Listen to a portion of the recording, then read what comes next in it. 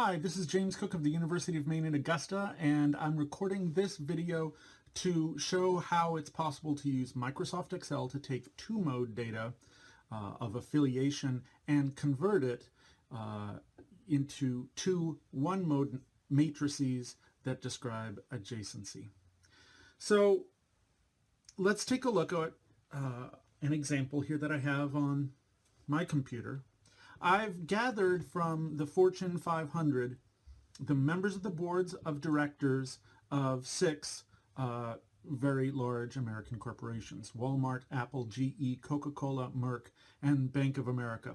So you'll notice if you look at the actual matrix here, first of all, that it is not what's called a square matrix. A square matrix is one in which the number of rows equals the number of columns. They're not equal. There are only, apart from labels, 6 columns representing the 6 corporations. There are many rows representing members of the boards of directors of these corporations. And as a matter of fact, if I scroll down, I can give you an exact number. There are 77 of these rows. 77 rows, 6 columns. That's because there are two modes of objects here. One object is a director, one object is a corporation. The second thing you'll notice is that there are zeros and ones. The zeros mean that the particular person in question in a particular row is not a member of a board of directors of a particular corporation. So let's take a look at our first row here. Gregory Penner is not a member of the Apple or GE or Coca-Cola or Merck or Bank of America board of directors. But on the other hand, there is a 1 in the cell that connects Walmart to Gregory Penner, meaning that Gregory Penner is on the board of directors of the Walmart Corporation. If we head down 2 rows to James Cash, we'll notice that James Cash is listed as a member of the board of directors of both Walmart, there's a 1 there, and GE. So that's the meaning of this two-mode matrix, what's called an affiliation matrix. But how can we turn this into a set of one-mode matrices? First, describing the relations between individuals, and second, describing relations between corporations. Well, the first thing we're going to want to do is organize our data presentation cleanly. And to do that, we're going to create sheets in Excel. Now, if you look down at the bottom, you'll see something that says Sheet 1, and you'll see a plus next to it in Microsoft Excel, which is part of Office, which any UMA student should be able to download and use. Let's click on that plus to make a new sheet. And then let's right-click and rename. And let's give this the name of Persons X Persons, which is shorthand for persons by persons. So persons by persons means that in rows we're going to have persons, and in columns we're going to have persons. Let's add one more tab here in which we rename to corporations by corporations. So perhaps we could rename the first tab to read two-mode. Okay, now we know what we're going to be working with. That's useful.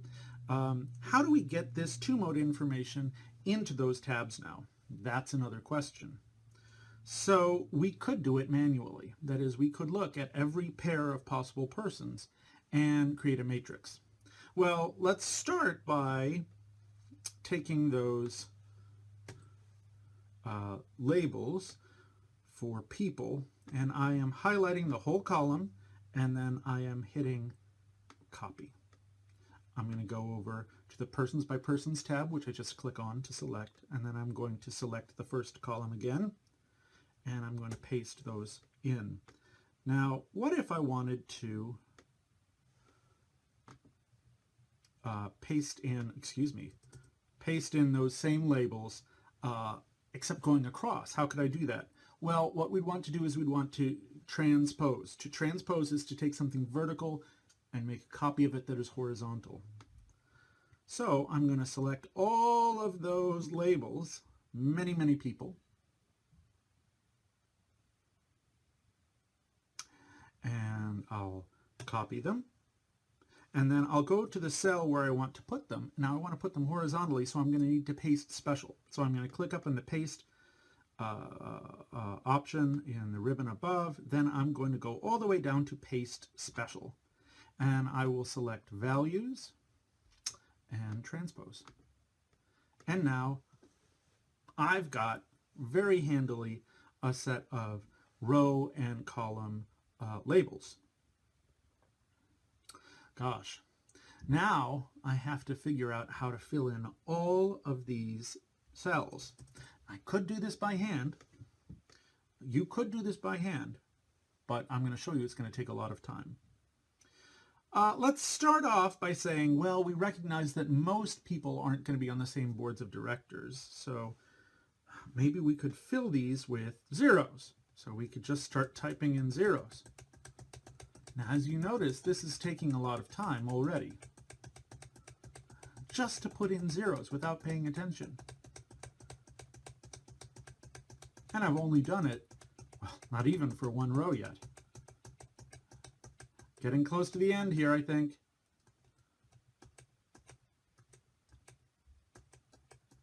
Oh, and there we go. And I can't forget Arnold Donald. So that's a lot. What could I do then? I could copy that whole row all over again. Wow. And then I could paste that row all the way down again. This is how people get repetitive motion injuries. It's going to take a long time just to paste in zeros. There are a couple of ways to do it a little bit quicker, but really not that much quicker. I'm getting close to the end. You can see this is going to be a pain. And the thing is that computers are smarter than this, so there's going to be a smarter way, but let's go through a few steps on how to do this by hand. Well, now we're going to need to take a look at Gregory Penner here and think about who is Gregory Penner connected to? Who is he in this corporations with, and how many people does he share certain corporations with? Let's go back to the to mode. Okay, well, we know, fortunately, he's only in one corporation. So we know he's only going to share, at most, one corporation with people. And who's he going to share one corporation with? Gregory Penner is one. Aida Alvarez is another. James Cash. And in fact, handily for us, the first 14 rows, all the way up through S. Robson Walton. So that wasn't too bad, although it was 1 out of 77 rows. And some of the rows are going to be more complicated. Let's think about James Cash. Now, James Cash is going to share 2 corporations with himself because he's on 2 corporations. Looking at this row right here, he's on GE and Walmart. So he is going to share, one corporation in common with everyone who's on the Walmart board except himself, with whom it will be sharing 2 corporations. And we could indicate that by going to the list of people in Walmart, making sure to halt and put in a 2 here to refer to himself, since he shares 2 corporations with himself. And then let's see, what else is James Cash in? Oh, he's on the GE Corporation. So he's going to share 1 corporation with the members of the GE board. Where's the GE board? Oh, I see. Well, down here, let's see, it includes Andrea Young. So we're going to need to find her. There she is, Andrea Young. And then who else? Who's next? We could scroll down and find, oh, there's a big list of them starting with W. Jeffrey Beatty and going all the way through Jeffrey Immelt. Jeffrey Beatty and all the way to Immelt. Now, is there anyone else? We'd have to go down and check. No. Congratulations, in all this time, we've entered 1/34th of all the data we need to enter. That's going to take a long time. So I'm going to suggest that, although you could, for your homework, if you're going to work with corporations and you're going to work with 2-mode data and turn it into 1-mode data, you could do this all by hand, but it's really not efficient. And it even gets worse when you're dealing with relationships between hundreds of people. It almost becomes impossible to do by hand. Fortunately, there is a better way. And it's so much better that I'm going to delete all this data right now. I'm going to show you a trick. And this trick, it uses matrix multiplication. Now I'm not going to explain the mathematics to you. You can look up online or in my class. I have a online at umasocialmedia.com/social networks, a few links to describe how matrix multiplication can be used to turn mode matrices into 1-mode matrices. This is, by the way, taken from Ronald Breiger, The Duality of Persons and Groups. I'm just going to ask you to trust me here that this will work for you. It's a command in Microsoft Excel called matrix multiplication. And here's what you do. You find a set of rows and columns that you're going to use to contain your 1-mode matrix. And we have to think very carefully, how big is this matrix going to be? Well, we know here, if we look at all the rows that we have, 77 rows. We know it because we can look down here. If we highlight one column, there's a count down in the lower green bar. And also, as long as I hold and select, I'm going to get a count here that tells me I have 77 rows. It's right next to the cursor. So I want a 77 by 77 matrix. I also know that I want it to start here. So what I'm going to do is I'm going to left click and I'm going to select 77 rows and 77 columns. And you'll notice in the upper left, it's actually counting them for me. Okay. So it tells me I've got 30, 40, 50, 77 rows and 26 columns, 77 and 77 rows and 77 columns. If you look in the lower right, you have to watch the video in high definition, you can see a little reminder that says 77R X 77C. It's counting them for me. I know I've got the right number. So I've selected them. I'm going to let go of the left button that I've been holding down on my Windows machine in order to select them all. Now that I have that going, I'm going to start typing. And I'm going to start typing a command. I've typed this out if you're following my course lecture as well, so you can access it there. But it looks like this. Equals MMULT. That's short for matrix multiplication. Then I'm going to put in a parenthesis. The parenthesis says this is what you're going to matrix multiply.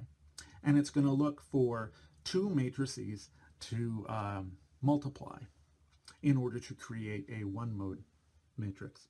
So the first one, if we want a persons by persons, which is really a row by row matrix, is going to be that set of that matrix itself times its transpose. How do we make that work? Well, just watch what I do. I'm going to type in mmult, and then I'm going to select all of my data, not the labels, just the ones and zeros. Okay. And you'll notice up here in the formula bar, it's continued my formula. So it has now selected, and it's told me oh, this is that set of data, and it's what it looks like. So it's going to matrix multiply in the formula bar equals m mult 2 mode, which is the name of the tab, and then an exclamation point, which means this is the end of the tab description, and then all the way from cell B2 to G78. That's how you read that. Well, now I'm going to put in a comma, and what I'm going to put down next is the same thing, except I'm going to add one term. I want to take, for the second matrix, the transpose, which means, just like we did with the labels, the flipping of the matrix, so that what was vertical is horizontal and what was horizontal is vertical. There's mathematical reasons for that. You could learn that in grad school, but I'm just going to show you the trick today. Transpose, and then a parenthesis, and I'm going to type in the exact same title for that data. So it is quote 2 mode, another quote, an exclamation point, B2 colon G78. Make sure you've typed it right. And then we need to close off those parentheses. One parenthesis to close off, a second parenthesis to close off. Okay, you're almost there. The last thing you need to do, don't hit enter. You need to do something a little funny. You need to hit and hold the shift key. Hit and hold the control key. And then hit the enter key. And look. If you do all those steps, just follow them step by step. Each one is simple. And just add them up and do exactly that. You've got a whole lot of information that we've just put in. And even though I've done it slowly, it only took a few minutes. So how many pieces of information is that we've just managed to take care of? Well, it's 77 times 77. Look at all that. That doesn't sound like much, but if you look at this green bar down here, it'll tell you what the count is. The count of cells is 5,929. With that simple step, we put in 5,929 pieces of information. Very powerful. Okay, so now let's say we want to look at and create our second one-mode matrix from that two-mode matrix. And let's make this the corporations by corporations one. It's going to be a lot simpler because there are fewer corporations. Well, we know what our corporations are. I know what mine are. I want yours to be different. They're Walmart, Apple, GE, Coca-Cola, Merck, Bank of America. You pick a different 6 from your 500, the Fortune 500, for my homework. Or if you're just curious, you can go to Google Fortune 500 and you'll be able to come up with the list yourself. So I'm going to select those labels. I'm going to hit Control-C or click Copy up here to copy those labels. Take them over to corporations by corporations, and I'm going to put them up at the top for my column labels. And then I'm also going to want to put them in as rows, but to do that I have to transpose. So I'm going to click on the place I want to put the labels in, which is A2, and then I'm going to click under Paste, Paste Special, and then select Values, Transpose, and hit OK. And there they are. I'm going to make them a little bigger so you can see them, but there they are. Okay, so now I have my labels set up. We know where I'm going to want to put my data, and here it might not be so hard to put in 36 pieces of information, but 36 is still a lot. So I think I'm going to want to use that matrix multiplication command again. This time, though, I'm going to put the transpose in first, and then I'm going to put second the non-transposed matrix. Again, this is, you don't have to understand why that transposition and matrix multiplication works. If you do, that's great. You just have to learn this trick right now and maybe read up on it later when you want to delve into the technique a little bit more. So I'm going to type in equals, which lets Excel know a formula is coming. M mult, that's the command. Do a matrix multiplication of what? Well, the things inside the parenthesis. The first of which is the transpose. The transpose of what? Well, something in the parenthesis, so another parenthesis. And then I'm going to go back and I'm going to select the data. It's the same data. So it's going to look the same as it did before. To mode in quotes, exclamation point B2 to G78. And then I'm going to close that parenthesis because that's the end of what I want to transpose. Put in a comma. And then the non-transposed matrix. So quote, to mode, exclamation point, to mode, and another quote, exclamation point. What yours may not say to mode if your label is something besides to mode, right? That's the name of my tab. And then B2 colon G78. End parenthesis, and don't hit enter. Instead, hit click and hold it, shift and hold it. Hit control and hold it, shift and hold it. And then we're going to click enter. Oh, it just shows a 15. What did I do wrong? Well, this time I forgot to engage in the first step. So I'm going to delete that. I'm just going to hit the delete key. I forgot to select all of the cells I wanted that information to go into. How many? Well, it's going to be, how many columns do we have of data? 1, 2, 3, 4, 5, 6 for 6 corporations. So I want it to go right in here. 6 columns and 2, 3, 4, 5, 6 rows. You have to select those cells. Well, now I can type in, once I've selected those cells, making sure they're still selected, now I can type in my command again. Equals mmult, and then my first array, but making sure that I transpose it,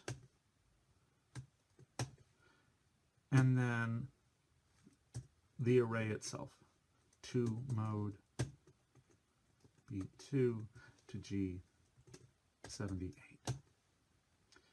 Okay, now I think I've done everything right. See, if you make a mistake, you can just delete it and try again. That's the nice thing about Excel. It saves everything you've got, as long as you save your file. Okay, I'm going to try again. Let's see what happens. It gives me a value. What did I do wrong? I didn't hit Shift, Control, and then Enter, right? So I'll get something that doesn't make sense if I don't do all the steps right. One more time, let's do all the steps. I've selected all of those. I'm going to hit equals mmult, and then I'm going to write in the transpose of what? Let's go select that data. There it is. Put in my end parenthesis because that's the end of what I want to transpose, and then write in the name of the matrix again after a comma. B2 G78. Now I'm going to remember the last thing I need to do. Hold down Shift, hold down Control, and now hit Enter. Hooray! There it is. Oh, what did I do wrong? There's some NAs over there. Why? Because I selected 1, 2, 3, 4, 5, 6, 7, not 6 columns. But that's pretty harmless. It just means NA means not applicable. There shouldn't be anything here. And that's okay. Because what I do have here is an actual description of the one mode matrix connecting corporations to one another. And this has a lot more of interest. First of all, in the diagonal, it tells us how many members each corporation shares with itself. In other words, how many people are on the board of directors. So Walmart has a board of directors of 15 people, Apple just 8, GE 16, Coca-Cola 15, Merck is 14, and Bank of America is 13. That's good. And it also tells us that Walmart shares a member of the board with GE, General Electric. And it also shares one member of the board with Merck, which is a pharmaceutical company. We also know that Apple and GE share a member of their board of directors. But Coca-Cola does not share any members of its board of directors with any other of the corporations that are listed here, only with itself, the 15 members. So we have now, once we've taken all the steps and we've followed them correctly, and I just showed you a few ways to screw up and recover just by trying again, making sure you follow all the steps. You've gotten that two-mode information. You entered that. Once you've entered that, you can get an absolutely huge persons by persons matrix. This is a big social network with thousands of pieces of information about connections, and a somewhat smaller one with dozens of pieces of information about connections.